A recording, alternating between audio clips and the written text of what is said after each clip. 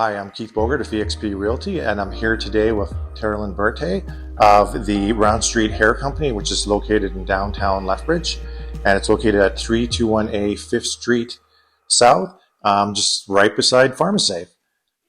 Thanks for being here today, Taralyn, and maybe you can just tell us a little bit about your business. Okay. Well, I started on my own in 2017, and I was just located down a block from the Park Place Mall, and I just recently moved to this location back in December. And yeah, I've been doing hair for almost 30 years. Oh, wow. Yeah, so it's been quite an adventure. And That's great.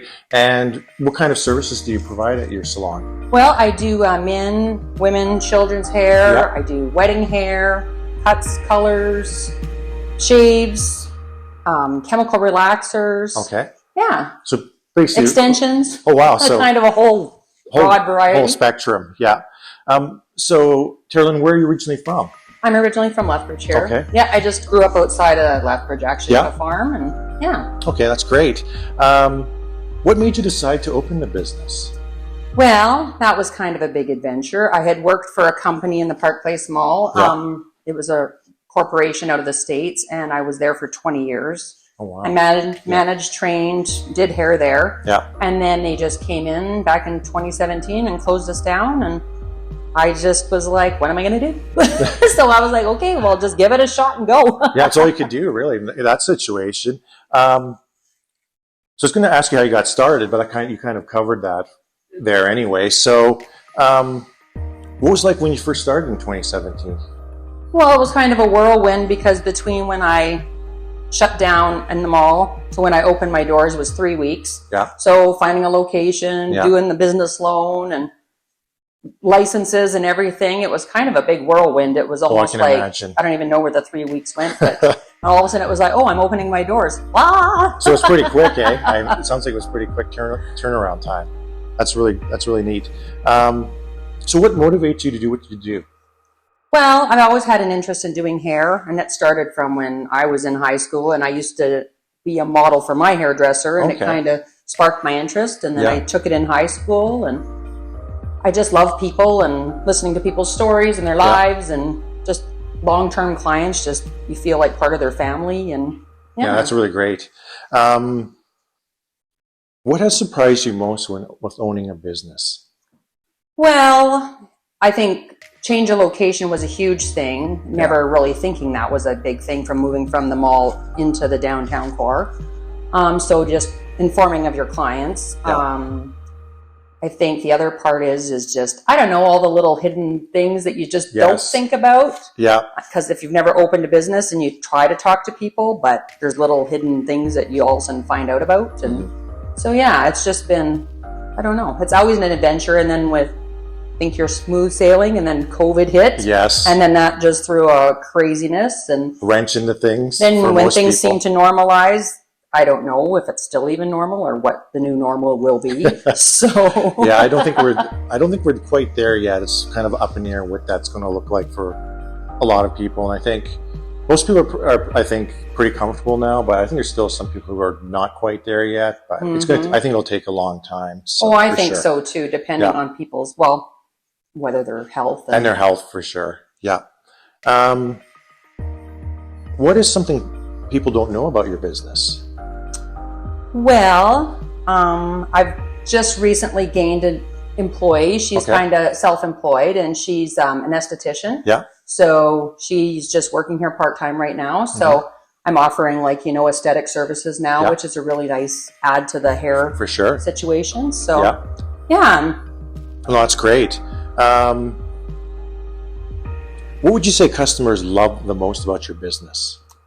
I think that they like it sometimes that I'm, not to say that I'm here solo, but it's just, they can come, they can talk, they can tell me anything that they want. There's nobody else here to hear their stories, so it's very private. And I've got a lot of people. I have my black lab that comes to work with me. He's my shop dog, so he's got all his customers that come to see him. I'm sure he does. Yeah, probably very popular. Yeah, no, that's really neat. What is your most memorable customer experience so far, that you would say? Well, there's lots. I don't even know, but maybe right off the top of my head, having clients that are starting cancer treatment and going through the hair issues with them, and or doing the first big cut with them, and cutting all their hair because they are going to lose their hair. So I think those are probably the, I don't know, hardest, but you try and make it a fun experience. Yeah, I think it'd be that would be very hard to deal with that for sure. Why do you think it's important for people to support local business? Well, I guess working for a huge corporation, I never ever really thought about it. It was just my job. And then, not that I didn't love all the clients and everything there, but it was just like, I don't know, it became like an assembly line, and you learned that very quickly. So I think that's the one nice thing about being on your own. Yes. And I think that's why we need to support each other, and people need to really look out and see where all the local companies are. Yes. And stand beside them, because it is true. Like, they build your community, and, they try and support the community. Like, sometimes the big corporations just oversee the community, so they don't give back to the community, where your small businesses are very much trying to do so. Yeah, that's a very valid point, because with larger corporate type stores, they usually have a lot of equity they can put into the store, but really, I think, they're really bottom line driven. And if for example, one location doesn't pan out, it's probably not the end of the world because you probably have 500 other locations, but for a small business, for most people, you only have one shot. That's right. So you really need to, I think, support each other, and it forms a community. And without that, you don't really have that much of a community. Right. And I've seen that, where you have some, I guess you'd say, kind of bedroom communities where you have housing and then big box stores, and there's nothing else. No. So it's kind of dreary. It is. It's very true. Or at least a lot of your local businesses, when you just walk down the street, right? Oh, this is here, or this is opening, or like even there's a new store opening just down here, and I was like, oh, well, who's this? And like and it's exciting to see who is gonna start something and try and give it a go. Yeah, and you usually get more, I would say, more unique type of stores with very much so, not the cookie cutter kind of. No. Yeah. So what are your goals over the next year? Do you plan on adding any other services, do you think? Or? Well, that'd always be nice too. Maybe, whether I could gain another hairdresser or a barber, or, or even just somebody else doing something else. Yeah. I did have, in my old location, I did have a tattoo artist there. So that was kind of a nice different attribute to the hair. Yeah. But so I don't know. We'll never know what's going to happen. You don't. Just aim high and just keep giving Go for it. Yeah. Yeah. So what have been your greatest challenges, you would say, as a small business owner that you've had to deal with? Well, I think the staffing issue, because when I left on my own, I was supposed to have staff come with me, and that didn't pan out. Yeah. And then I gained 2 other staff, and then COVID happened, and so then they left, and so then it was just trying to plunk along on my own, and then now gaining another staff member, which is really great. And so I don't know. I'm very much a hard worker, but I think it was just really interesting to see what COVID did to business and stuff, and all the shutdowns and stuff. And then still even too, the trickle effect of, people not doing this, or people going away from doing certain services, working from home. So it's just been all like how to gain new clients. Yeah. And you're always trying to do that, but it's like, now you really are like, wow, need to get new clients, like, because it is true. Yeah. Yeah, I think it's still evolving how things are going to look, post-COVID, because, there's a lot of uncertainty still. And like you said, a lot of people have, they've been told they should go back to work. But when you work from home, you don't have all those added costs, especially if you have children, you're kind of reluctant to say, why should I go back to work if I can do my job perfectly well at home? And, this is happening where people are resisting to go back to work. So I think some employers need to adopt with this change. I know some of them are resistant because they feel better having those employees in an office, but I don't know. I don't know if people will be willing to do that now. So. Oh yeah, well, it's very interesting. Some of my clients, like, they'll go in for a week and then they're home for a week, or some are just totally from home. And yeah, they're just going to, like, their employers are just going to work with them. Yeah. So it will be interesting to know whether or not they're going to give incentives to people to come back to work, or if they'll just, this will be the whole new way of doing things. Yeah. And especially now that we have all this technology, people can do everything remotely. So yeah, for sure. What is something most people don't know about you? I don't know. I'm a pretty private person. No, it's okay. But I don't know. Yeah. Since I ever moved back to Lethbridge, like, I'm going to say, I don't know, I moved back here in my 20s, and you know, I've just kind of been such a hard worker. I put everything into the corporate company that I worked for, and then now definitely, I guess it taught me to just strive high and work hard for myself. And I don't know, Lethbridge is a very nice community, and you know, I do like Lethbridge, and you know, and I just watching it grow is a good thing. You know, it has its bumps too, but everywhere does. First, definitely, that's one thing you'll see, especially when the community is going through a growth phase. You do have bumps along the way, of course. But it's exciting to see too the changes that are happening too. Even, you know, in the last 6 months or a year, there's been a lot of changes. So most definitely. Yeah. What do you enjoy doing in your spare time? Well, there's not a lot of spare time. I usually get only like one day off, but it's usually, I don't know, when I am. I like being outdoors. I like camping, walking my dog, doing yard work, gardening, doing all those fun things and everything. Biggest thing is traveling, which has been a little hard the last little while, but definitely hope to get back there. Yeah, no, I agree. It hasn't been much travel, and hopefully it improves in the future.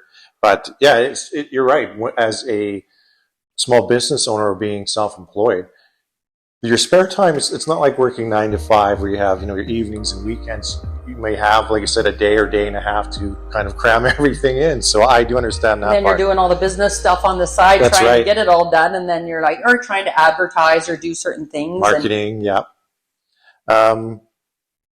Who from your childhood had the biggest impact on you, and what did they teach you?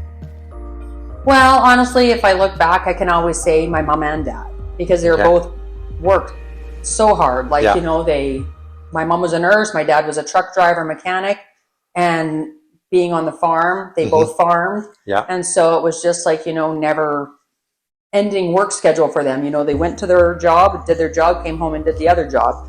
And so I just guess they kind of taught me, if you want something in life, you know, you're going to have to earn it, work hard, and just try and just, enjoy life, but, you know, also to work hard so you can get what you want. For sure. It is a lot of hard work. What would you say is one memory that stands out for you from your childhood? Family vacations, I think, was always a fun thing. I think, like, you know, we always took trips down to California or Seattle, different places like that. Nice. Yeah, I think those were always the best memories, doing the family thing. Yeah, no, that's great. So what does the future hold for you? Well, I hope I can pay my house off. That would be nice, wouldn't it? And then I hope that's a good goal, to see my business go, like, you know, for as long as I'm able to work and do it. I'm like, you know, as long as I can do hair, I hope I can make a good go of my company, and hopefully one day maybe retire, but I don't know if that'll happen. We'll see. I find with people who are self-employed or running their own business, the retirement, they may say that word, but it doesn't seem to fit most people's personality of being an entrepreneur. It's hard to step away, I think, because it's kind of what you do, what you love. And then, you know, like so many of my clients talk about when they retire, but some of them go back to work. And even if it's just casually, you know, I think it's just because they love what they do so much that they just need to have their foot in the door. That's right. Can't get away from it. Yeah. If a young person asked for advice on how to live their life, what would you tell them? I think definitely, you know, work hard, strive for what you want. I guess don't be afraid to take a chance, because I guess that was my biggest thing. I was like, what do? Do I take a chance? And my mom's like, you always wanted to do it, just do it. Yeah, just go for it. And so I think, and you know, really at the end of the day, what's the worst that can happen? Like, you know, you can fail, but then you know what? You can prevail again. It's not like you have to just stop trying. Yeah. And I think that's sometimes a roadblock for people is fear or fear of the unknown, but sometimes you just got to take a chance and go for it. And like I said, if it doesn't work out, well, Usually there's a plan B. That's right, exactly. And you never Yeah. know what that might be. It may be something more exciting. You know, Yeah, you never know. That's right. Is there anything exciting going on that customers should know about? Any promotions or specials coming, or? Well, in the downtown core, they do have different events coming up and stuff like that, and that's usually on the downtown BRZ website that people can find out about. They do try and email us a posting of what's happening or whatever and stuff. Personally in here and stuff like that, I do have, like, you know, a promo on my products and everything right now. I'm not sure. I'm trying to figure out something for the Christmas season and everything, so I'm not sure what that will be yet, but hopefully I'll figure it out soon. Well, you still have time. Well, I guess it's almost November, but I think you still have enough time, I think, to do that. So what's the best, Taralyn, what's the best way for customers to contact you? Well, I do have a Round Street Facebook page that people can message me on. Some of my clients do already have my cell number, which they will text me on. So that is 403-795-8538. And then biggest is my shop phone, which is 403-381-3664. And if they wanted to, if they just happen to be downtown and they see your store here on 5th Street by Farmers Save and they wanted to make an appointment, I'm sure they can, if you're open, they can just walk in and make an appointment? Walk-ins are always welcome. Like, you know, and if I can't get you in right at that moment, I'll get you in as fast as possible, and, like, you know, and definitely try and accommodate or have a cancellation list, and people are always canceling, so then you can fill those spaces by people at least leaving their name, number. No, that's great. Well, I just want to say thank you, Taralyn, for taking the time today to discuss your business. And for anyone out there, you should check out Taralyn's salon down on 5th Street by Farmers Save, and you won't be disappointed. Thank you very much.